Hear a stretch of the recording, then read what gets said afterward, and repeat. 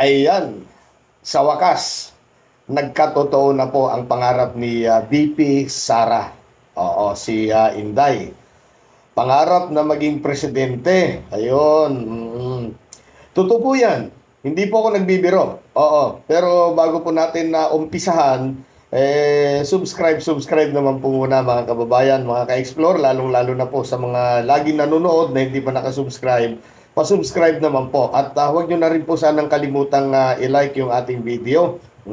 Salamat po ng marami ulit.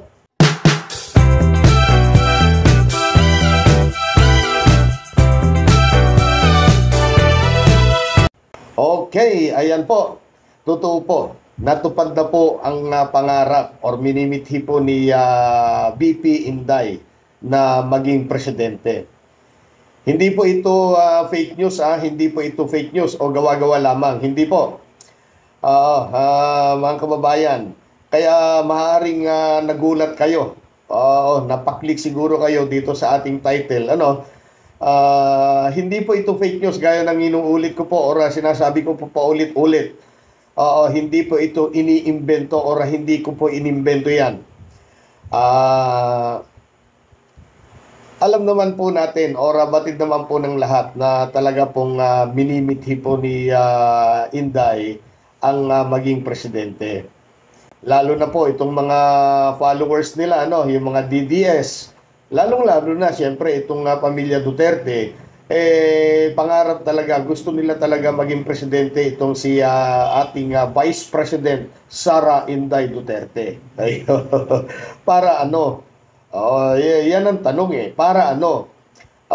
Siguro baka para matakasan ng mga impeachment na ikinasa sa kanya dahil ang alam ko 3 na po yung impeachment na ikinasa para sa kanya at isa pa para siguro matakasan o makawala siya sa mga maaring kasong isampa sa kanya.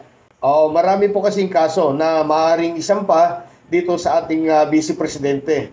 At ito ay kaugnay po sa mga katiwalian.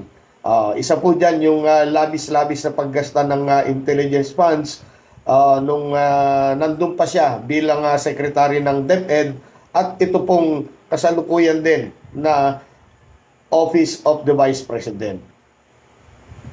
At ito na nga po, natupad na po ang pagiging presidente po ni Inday.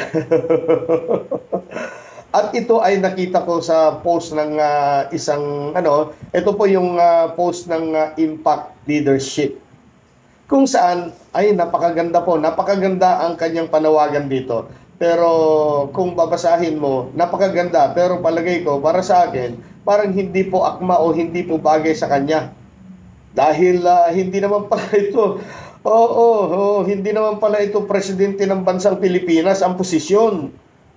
Yung hinawakan niyang posisyon bilang presidente ay hindi po presidente ng bansa.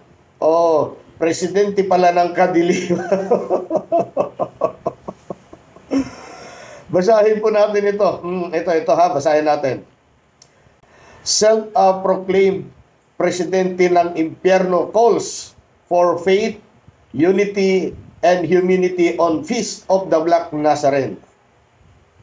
Vice President Sara Duterte, who previously proclaimed herself as presidente ng impyerno, marked the Feast of the Black Nazarene with a message of faith, gratitude, and hope. Next. At ito nga po, nasa screen po ngayon yan, basahin nyo na lamang po. Buong-buo po yung message po niya dyan, yung kanya pong panawagan. Mababasa po ninyo sa screen yan. Ayan. Mga ka-explore, napakaganda po ng mensaheng ito. Kaya lamang kung talagang isa sa puso at isa sa isip po ni Inday. Kaya lang parang kabaliktaran naman po ito sa pagkatao ng ating Vice Presidente. Hindi ko naman po sinasabing masama po siya. Pero tao lang din naman po yan. Pero yung pagdeklara niya kasi na presidente ng kadiliman, ng impyerno, kayo na pong bahalang humusga sa kanya. ang ano natin dito ay yung ginagamit po ang itim na Nazareno para maging mabango sa Pilipino. Oo, sa mga Pilipinong nagtutulog-tulugan. Pero para sa mga Pilipinong gising na, yung bang gising na po. Kasi karamihan po sa mga Pilipino ngayon ay gising na sa katotohanan. Hindi na ito effective. Oo, hindi na po yan effective para sa mga Pilipino na gising na sa katotohanan. Oo. Ay nako mga kababayan, maliban pala sa impeach Sara rally, nagagawin po ng iba't ibang kulay, iba't ibang grupo ha. May kulay pula, may kulay dilaw, ewan ko kung saan, may mga, basta mga supporter po, sumusuporta po sa impeach Sara rally, ay magkakaroon din po pala ng isa pang malaking rally. Oo. Ito po yung mga naghaing po ng impeachment kay Sara. Medyo malaki-laki po ito dahil 3 impeachment complaint ang naipasa na po sa Kongreso. At siyempre 3 po yan. So ibig sabihin 3 grupo.